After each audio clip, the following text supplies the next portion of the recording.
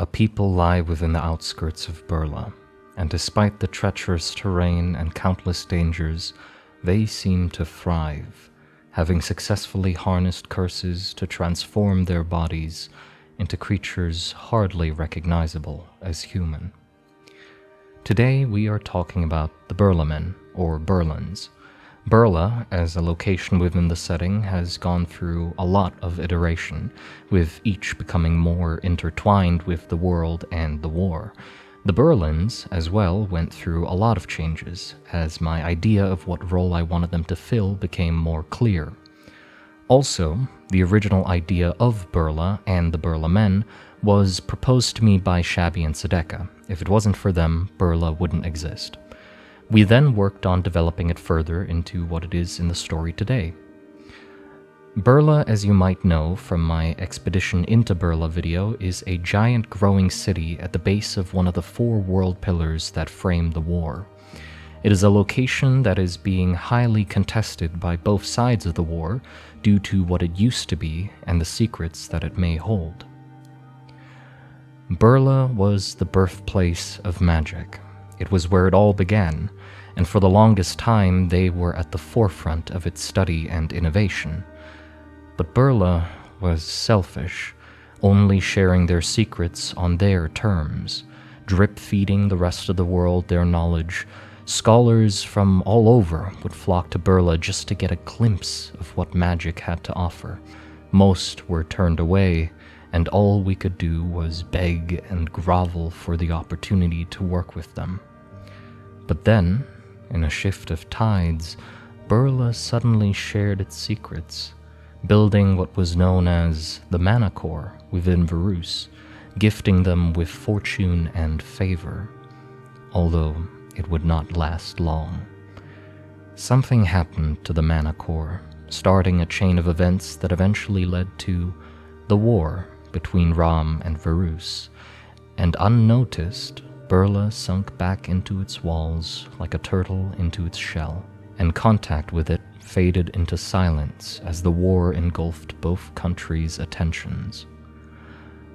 Only after the trenches scarred the horizons and the people and events that started it were lost to the sands of time was Burla rediscovered. Reports came in from both sides of the war to their higher-ups, claiming that they see a city in the distance to the north. At first, those claims were brushed off as navigational errors. No city north lied close enough to their position to be visible. They must have gone off track. But no, these reports kept coming, and eventually it was confirmed. There was indeed a city to the north, and it was Burla, although it was a lot closer than they remembered. The city was growing, and it was cutting across the war zone, a rolling tide of broken, crumbling ruins slowly crawling its way forward. New pillars and walls pushed their way through the rubble, only to fall over again. What happened to Burla and its people? A race began to reap the benefits of its rediscovery. Squads of soldiers were sent out to attempt to enter Burla and discover its secrets.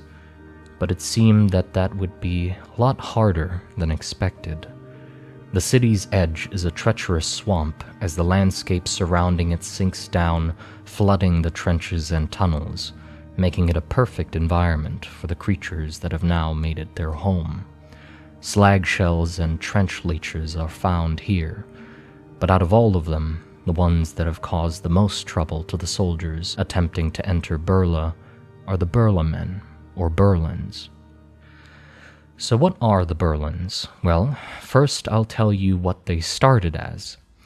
At first, we wanted them to just be mud-covered naked dudes in the trenches who survived whatever happened in Burla and have adapted to the swamps in sort of tribal groups. Nothing magical about them, they just had long hair that was matted with mud blending them into the environment. Them being naked was entirely necessary, alright? Because it showed how well they've adapted to their surroundings, becoming one with the swamp, but also it showed that they were fucking nuts, which they were. Imagine if you walked through a trench with your fellow soldiers, all geared out with armor, rations, and ammo galore, and then out of nowhere, on the edge of no man's land, you see a figure emerge from the mud.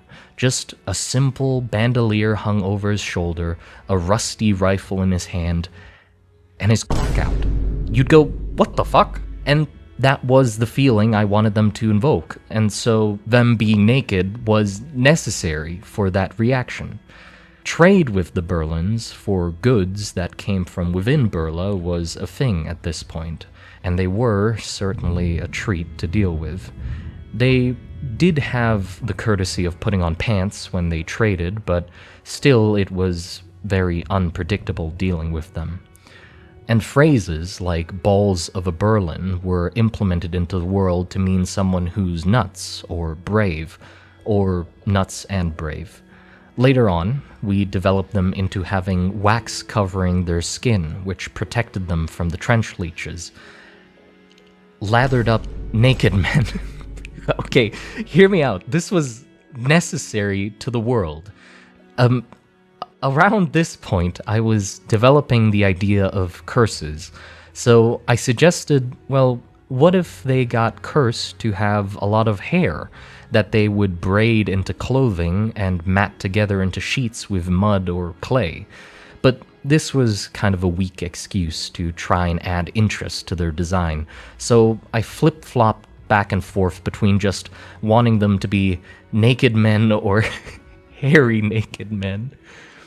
Eventually, I decided the curse angle was the way to go, as we developed the lore of Burla further.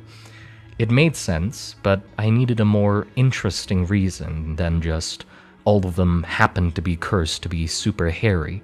So I thought, what if they intentionally got themselves cursed to benefit their survival? Curses are rarely beneficial, but on the off chance that they are, curses can be passed down to the next generation to give them an advantage. So that's the direction we went in. Burlans now became a group of people who cultivated curses in the hopes of getting a beneficial one to bring back to the tribe so that they can pass it on to the next generation. But then, that's where the crux of the design came from. What does a person with multiple generations worth of curses layered on top of each other look like? If I added too many, it looked too messy, and if I added too few, it didn't look like they were cursed enough. So I came up with a solution. What if the Burlans cultivated different families of curses to serve different roles in Burlan society? So each individual within Burla has a homogeneous combination of curses that fit their role. Now, I don't think I have fully pulled this off yet. I haven't fully fleshed out how many types of Burlans there are, and even the ones I have designed aren't perfect yet. Like, the ones you are seeing being drawn, I sort of imagined their long legs and thick skin helping them with the trench leeches and the muddy environment of the swamps. But I feel like I can improve it more somehow. Like, maybe the curses still look too tame, or I can think of more interesting curses to give them, but I can always improve the design later if I get more ideas. Either way, here is what we know of the Burlans or Burlammen in the present day. All we know about them is that they live within the outskirts of Burla, using the city as refuge and hunting the creatures in the surrounding swamps for food. They do not like visitors, seemingly protecting Burla from intruders, but we do not know if they were originally Burlan or why they are so protective of it. They are seemingly unwilling to cooperate with any attempted communications we have tried, and of course, most importantly, that they have successfully figured out how to cultivate curses, which is something that Ram has great interest in.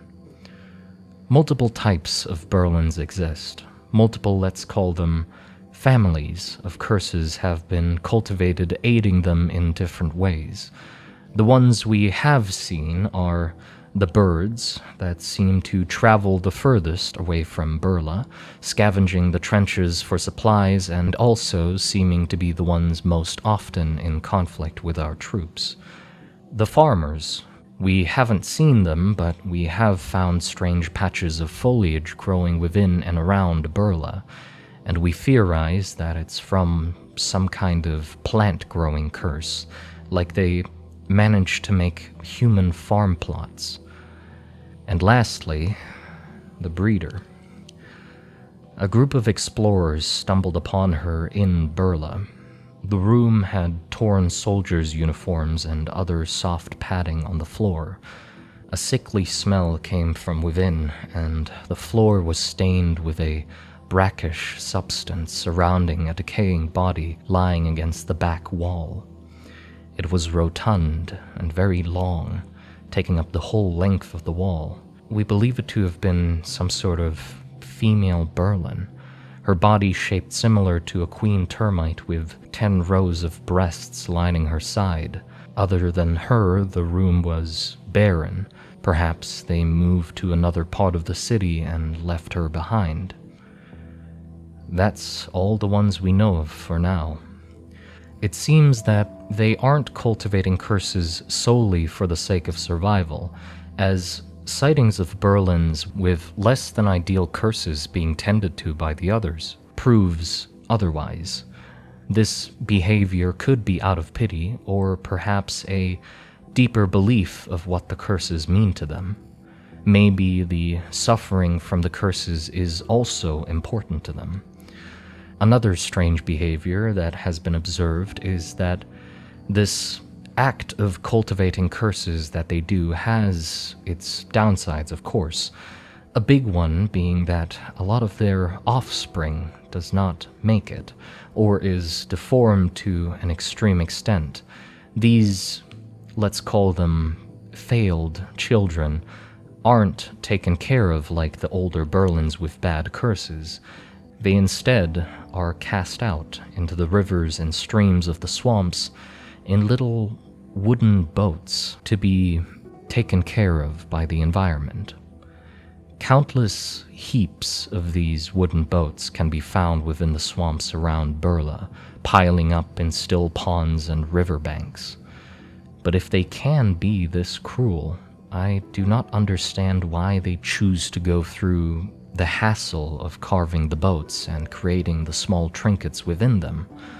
Perhaps this reinforces my theory that the suffering of the curses is somehow important in their culture or beliefs. But if this was true, I still can't understand why they would choose to suffer. Well, that's pretty much it for now. I hope you enjoyed the video, and if you have any suggestions or ideas for interesting curses for the Burlammen or interesting types of Burlans, be sure to tell me in the comments below. Thank you to my patrons for the support, and take care.